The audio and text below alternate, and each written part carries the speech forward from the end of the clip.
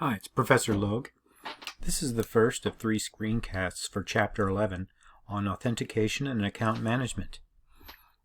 In this first screencast, we're going to look at the first objective, which is the different types of authentication credentials. And we'll also talk about some of the security issues and specifically the types of password attacks that you might be asked about or encounter in your professional life as a cybersecurity specialist. So my focus for going over this will be to hit the highlights of all of these slides rather than go into all the detail. My intent is to give you the best preparation possible for the quiz this week and for the Security Plus certification. If you haven't already done so, you should check the announcement that I posted that provided details on how to sign up and purchase the voucher so that you can get a deeply discounted price on the Security Plus certification exam by using the HCC Test Center. Alright, let's get started. The first slide here talks about the 3 objectives that we will be addressing in these 3 screencasts. The first, for this screencast, is to describe the different types of authentication credentials. In the second screencast, we'll look at what single sign-on can do. We'll talk about some of the different ways that's implemented and the framework that's used. And in the last one, we'll look at account management procedures for securing passwords. You've already been exposed to this most likely in your place of business or in the MindTap labs of this course, where you start up the simulated lab environment and use domain controllers to push out group policies. Okay, so we start off by asking the question, what is authentication?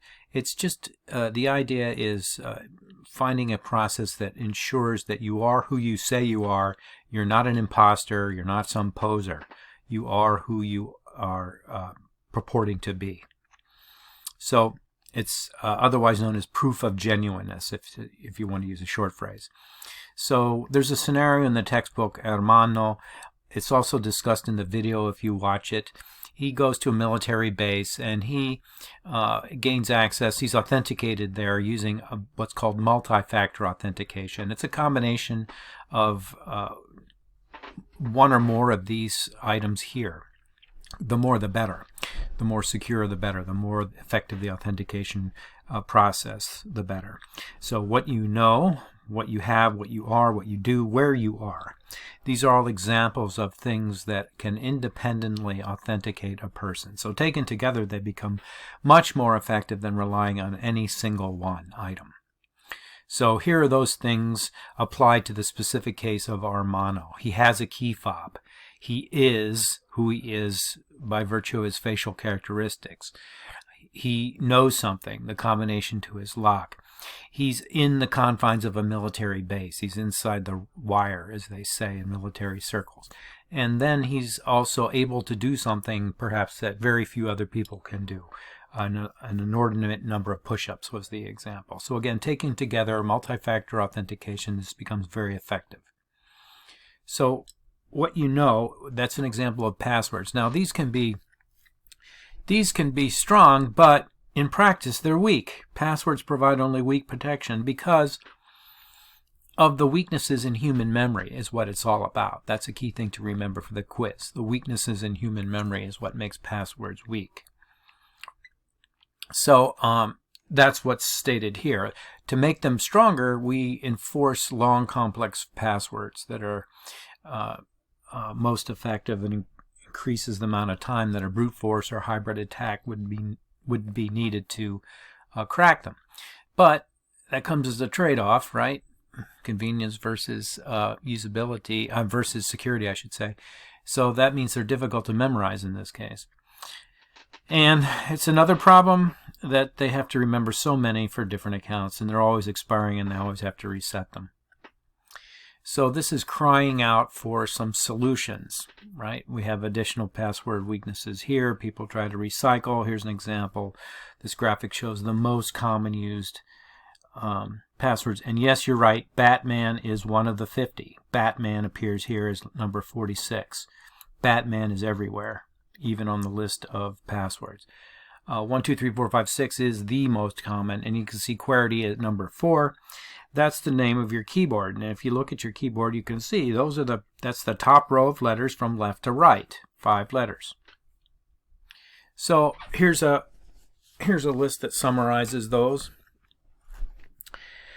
Alright, so what are the attacks on passwords? You can have social engineering, capturing, resetting, and online guessing. Capturing is done via keyloggers. These could be actual hardware devices, or they could be software based that actually listen into every keystroke, and from that can be used, harvested by hackers to reconstruct account credentials, usernames, and passwords.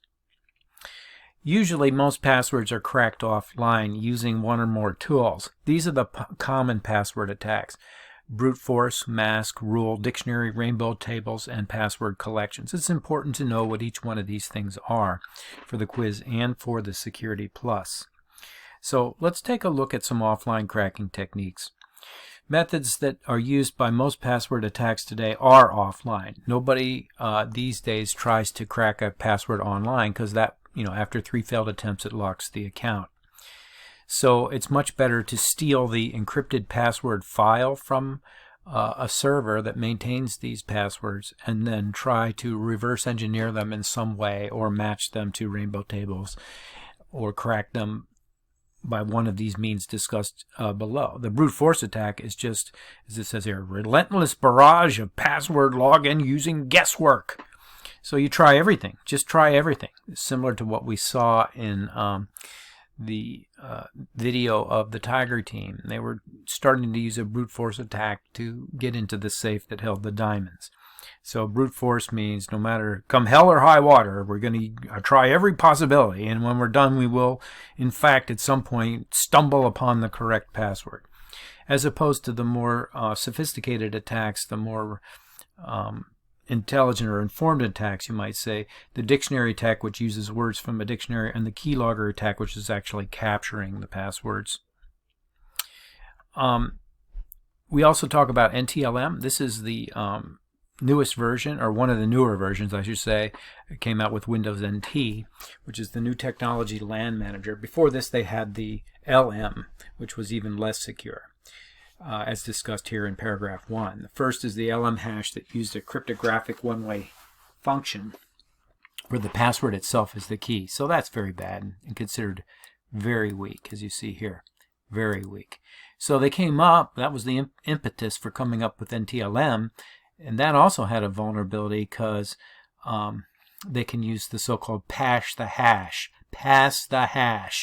to foil it. It's basically finding the hash and then using that to get authenticated.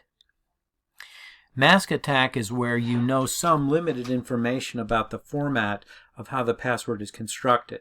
Perhaps it's the first 4 characters you know have to be letters, and the last 3 positions are all numbers. So if you can narrow down the address or the possibilities by using a mask attack, that will lower the amount of time that the hacker needs to crack a password.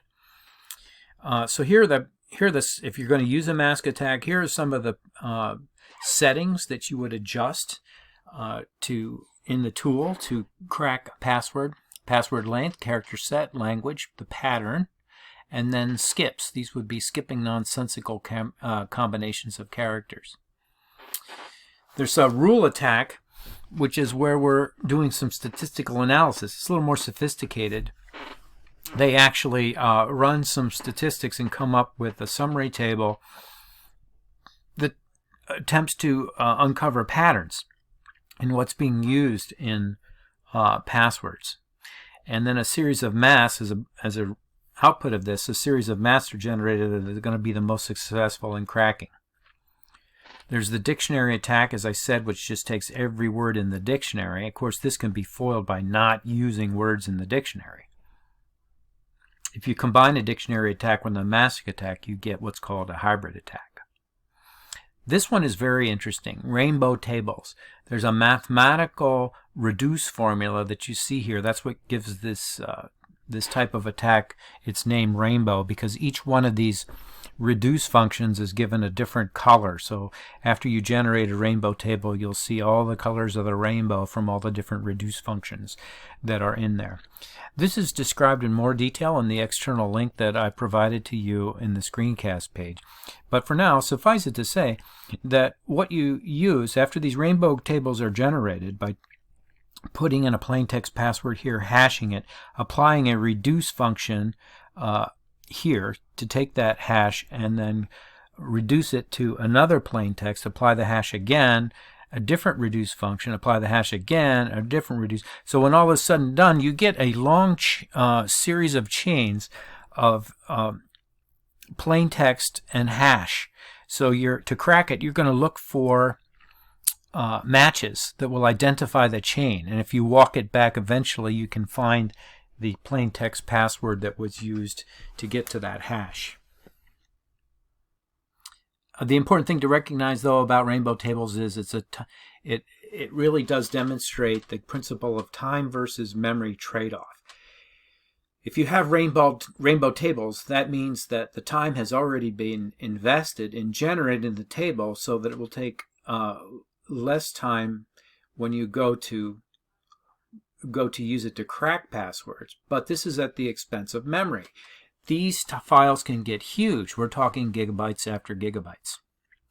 So this next couple slides talks about the process of creating a rainbow table that I just described, and then the process of cracking it. So you can see it's a sequence of creating the table, and then when you're trying to crack a password, you take the stolen encrypted password through the same procedure to create a table, and that's going to result in a chain password. And what you do is you repeat that, starting with this initial password, until the original encryption is found. Then the password used at the last iteration is the cracked password. So again, if you want more detail on the mathematics of this, check out that video that I provided on the screencast. You're not going to be asked about the mathematics of rainbow tables on the Security Plus certification exam. However, later on in the ethical hacking course, you will look at this in more detail. Last point on rainbow tables, they have advantages over other methods. They can be used repeatedly. They're faster than dictionary attacks. There's less machine memory needed. And they're not used extensively today because we're getting much better at defeating them with the use of salt. Password collections is the last one that was listed. Here's an example. In 2009, an attacker used an SQL injection attack in more than 32 million user passwords that were in clear text, and they were stolen. So you may think that that was of limited value because people could change their passwords. Well, that's true, but they also had other value, and that's what you see here in this second bullet. They provided key information of methods and operations, if you will. In other words, what kind of passwords do people tend to use in the real world? So this is a tremendous insight, as it says here, into the strategic thinking of what people use. They use the names of their dogs, their favorite baseball team. Those are very common. So what should users do? They should create passwords that are stronger. And how do they do that? Well, let's talk about a couple of ways. First of all, you should properly manage your passwords. If you're the user, don't write them down, for example. And for the enterprise, you need to protect those password digests, because in each one of the cases we just looked at of password attacks, for offline cracking, for it to even begin, the hacker has to have stolen this, the password digest. So, hey, how about if the enterprise protects those so they don't get stolen and nip it in the bud? So how do you manage passwords? Well, here's some ideas. We've heard these over and over again. Right? Don't repeat characters, don't use sequence, don't take words out of the dictionary, don't use things that can be found on social media and used against you. And you should use non-keyboard characters. So here's a little trick. If you haven't ever done this, try holding down the Alt key when typing a number on the numeric keypad, like this.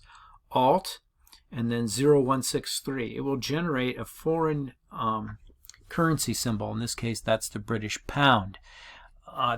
If you put that in your password, that's going to increase the strength of your password markedly, because that's not a character that's usually looked at in one of the mask attacks. Password managers, these are sometimes referred to as password generators or online vaults, where you store them all at once and can call them up when you need them without having to remember them. So the keychain in the Apple iPhone is an example of this. You should also protect the password digest. Another way to protect a digest is what I mentioned earlier, which is use salts. A salt, and it's called salt because it's similar to the idea of, if your plate of spaghetti is your password, if you sprinkle salt all over it, you've now changed the nature of it, and that salt pattern is going to be hard to predict ahead of time as to where the salt is landing on the spaghetti, right? So that's my metaphor to describe this. But in terms of the cryptographic nature of this, when you put the salt inside the password, it's a random string that's added in as another component in the hash algorithm. So you can see it here in this graphic. You have the password, but you combine another string as salt together. So now the hacker not only has to have the digest of the digest for passwords, but the digest for passwords with salt, but they don't know what this salt is. So that's going to tremendously complicate the ability of crackers to figure out what's going on. So passwords can be protected by adding this string to the clear text before it's hashed. So they're both inputs to the hashing function, then we get that. So this is going to make dictionary attacks and brute force attacks much slower and limit the impact of rainbow tables. So here's some popular password management applications. You can take a look at these. And then another way to secure password digest is this so-called key stretching the key. And the way this works is a specialized password hash algorithm is intentionally designed to be slower using special stretching algorithms, BRYPT and PBKDF2. So here are the recommendations for enterprises using salts and key stretching. You're going to use a strong random number generator to create a salt that's at least 128 bits. Remember, more is better. You use the salt in conjunction with the user's plaintext password and funnel it into this algorithm, this key stretching algorithm, PBKDF2, that's using a HMAC SHA-256 as the core hash. Remember, that's one of the more secured hash functions. So we perform at least 30,000 iterations on it using this key stretching algorithm. Then you capture the first 256 bits of the output as the password digest. Now, to be able to make this secure, you must now store the number of iterations, the salt, and the password digest in a secure password database to maximize it. What does the HMAC stand for? As you can see down here, as we talked about earlier, that's the hash message authentication code. So the what you have, moving on, we talked about what you know, which is the password. What you have would include tokens, cards, and cell phones. This is combining one or more of these is known as multi-factor authentication. So what a user knows and what a user has would be multi-factor. If you only use one, that's single factor, and the things that we often use are tokens, cards, and cell phones. So if you have it in your possession, this can be a token or a card.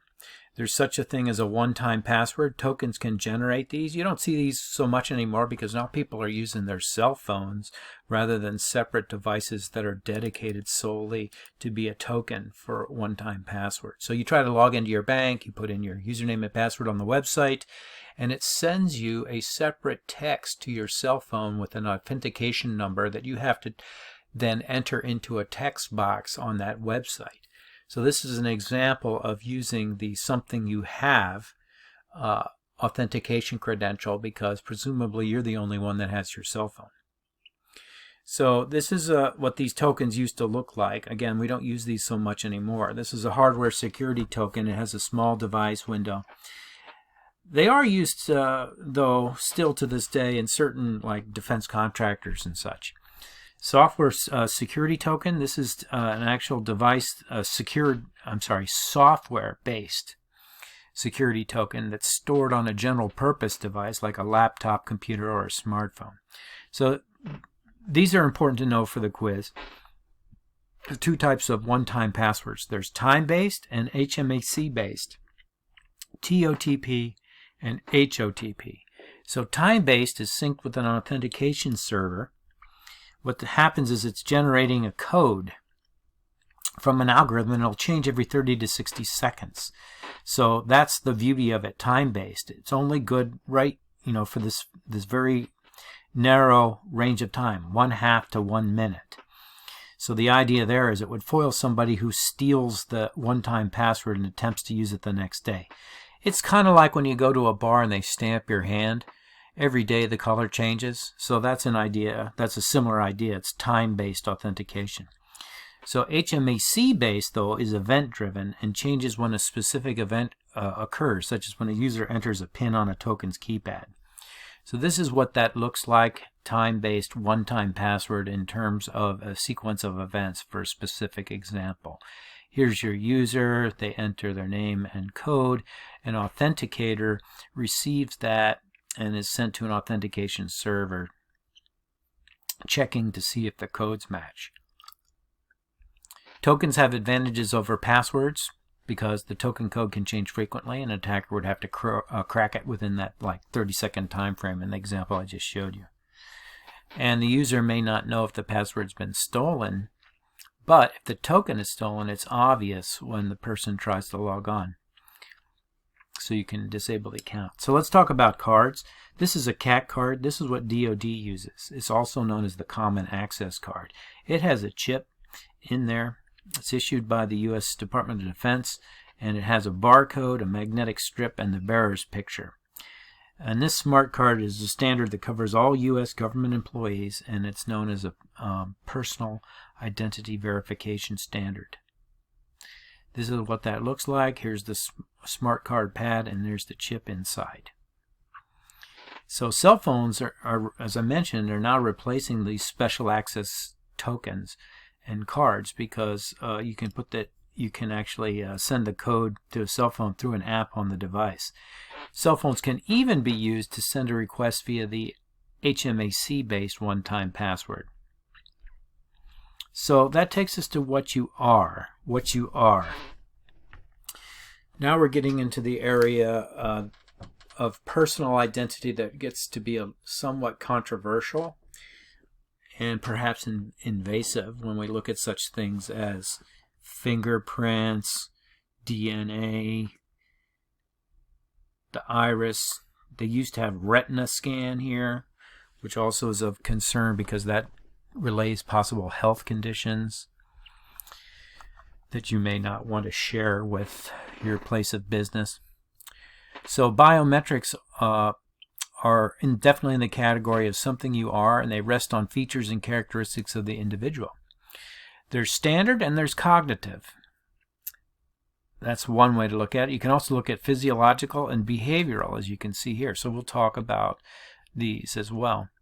So standard would be, the unique physical characteristics of the person you're trying to authenticate: face, hand, and eye characteristics, the color of the eyes. Of course, all of these things by themselves can be foiled. Somebody can, have surgery on their hands to change their fingerprints, or they could be wearing colored contact lenses to change their eye characteristics. So they all come with certain limitations. So the specialized biometric scanners include retinal scans. The beam cannot be detected by the user, and the way it works is a beam of low energy infrared light actually gets sent in there to look at the person's retina and map it. Very similar to what your eye doctor does to check for early signs of glaucoma and macular degeneration. Fingerprint scanner types use a static versus dynamic fingerprint scanner. Static means you just rest your finger there. By dynamic is a small slit or opening where you swipe your finger across it. And it's looking at the unique pattern of ridges and valleys on one's finger to do authentication of the biometric type. There's also voice recognition. Make sure you understand the difference between voice recognition and speech recognition. Siri uses speech recognition. She's trying to understand the words that you're saying after a fashion and respond to your queries. Voice recognition goes a step further. It's not really looking at the meaning of the words, but who's saying them, the identity of where these are coming from by looking at vocal patterns and other unique characteristics in the voice. Phonetic cadence, the way people pronounce words, how one word bleeds into the next. These are all part of a person's unique speech pattern. Iris scan will use a standard webcam to identify the unique characteristics of the iris. So that's similar to the retina, only it's not as invasive because you're just looking at this surface here, not what's on the back of the eye socket, which is technically, part of the brain, the optic nerve, where the optic nerve is on the surface of the retina. Facial recognition devices use landmarks called nodal points. You can see these points here. This is interesting because in today's day and age where we're now communicating a lot by Zoom meetings, you can map nodal points on a person's face to computer animated cartoons, if you will, so that you can actually be represented as a cartoon now in Zoom meetings through software that reads the nodal points on your face and renders a cartoon image in place of your face, but it will still have all the facial expressions and do what your real face is doing by modeling these nodal points. The point is, though, for cybersecurity and standard biometrics, the use of these nodal points is akin to identifying the person or creating what's called a face print. There are disadvantages to these, as you probably surmise. They can be fooled. There's a high cost associated with them. You can get false positives and false negatives. These are referred to, and this is on the Security Plus test. You will see these two terms, false rejection rate, false acceptance rate. So what do we mean by false rejection rate? It means we reject people that we shouldn't. They're actually authorized users, but we deny them access or we deny them authorization. False acceptance rate, oftentimes, well, you would probably definitely consider this to be more sensitive, more serious, which is you accept people that you shouldn't. These might be posers trying to get in and you don't recognize them. That's known as the false acceptance rate. So you want to minimize both of these. And the way you can do that is by tuning your system's sensitivity level so that you can get down to acceptable or tolerant values for each of these.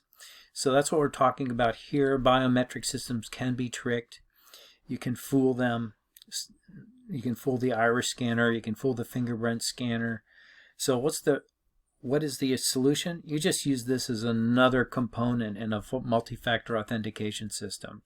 It's the same idea as a layered defense that we talked about earlier on. Cognitive biometrics is a different category of biometrics that involves human thinking or cognition.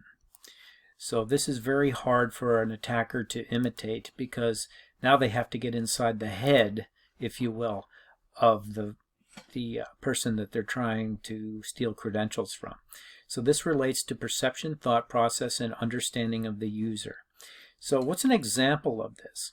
Windows 10 has it for mobile devices. So here's an image of a guy, and to authenticate, a user selects a picture that they want to use, and they select 10 key points of interest on the picture that serves as landmarks, and they have to touch or connect a line or draw a circle around these particular points.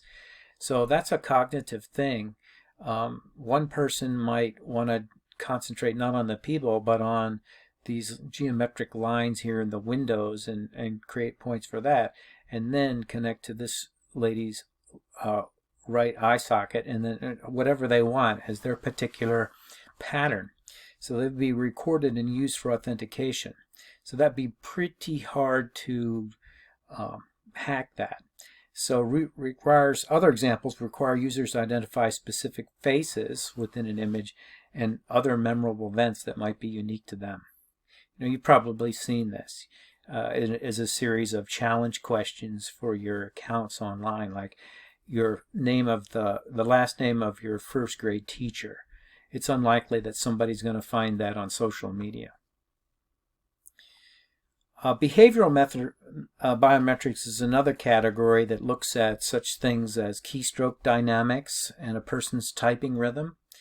There's two aspects of it, or two actual metrics that we look at there: dwell time and flight time. Know what these mean. Dwell time is how long you dwell, or how long you take to just press a single key on your keyboard before you release it. Flight time is the time between presses. So how long does it take you to get from one keystroke to the next? What's the flight time? So this has great promise. It doesn't require much specialization because this data should be easy to pick just by looking at your dynamics as you're operating a keyboard. So this is what this looks like graphically. It's not 100%. It's not a perfect science. What we have here is a typing template, and the channel here in the middle represents the allowable channel in which we expect dwell time and flight time to reside. So if the person's dwell time and flight time stays within these boundaries, then we know it's probably them because they're not changing radically. But if it comes outside, then this is the attacker attempting perhaps to pose as the approved user. So in this scenario, this person will be cut off because they're not maintaining the proper dwell and flight time. Where you are, this is geolocation. This is Hermano was on the military base, so we identify where they are when they're using the technology. This is used most often to reject imposters instead of accepting authorized users. So it's kind of like the flip side. It's not really authentication, but it's identifying posers. So it can indicate if somebody's trying to perform some malicious action because we're in a different location than normal. Sometimes you'll see this like used by credit card companies. They'll use geolocation to detect credit card fraud. If you live and work in Baltimore, Maryland, say, and all of a sudden you're getting these charges on your card in Nashua, New Hampshire, that's probably not authorized, and there's no other substantiation that you ever visited Nashua, New Hampshire, and it wasn't an online transaction. So the credit card company's heuristic algorithms may detect that and put a freeze on your account, call you up, get you to verify it. So that's here's another example down here is talking about how you access your bank's website from where. Geolocation might be a way to weed out hackers in some other part of the world who might be trying to hack into your account. So that concludes what our first objective was going to talk about, namely authentication credentials. In the next screencast, we'll be looking at single sign-on. See you in the next screencast.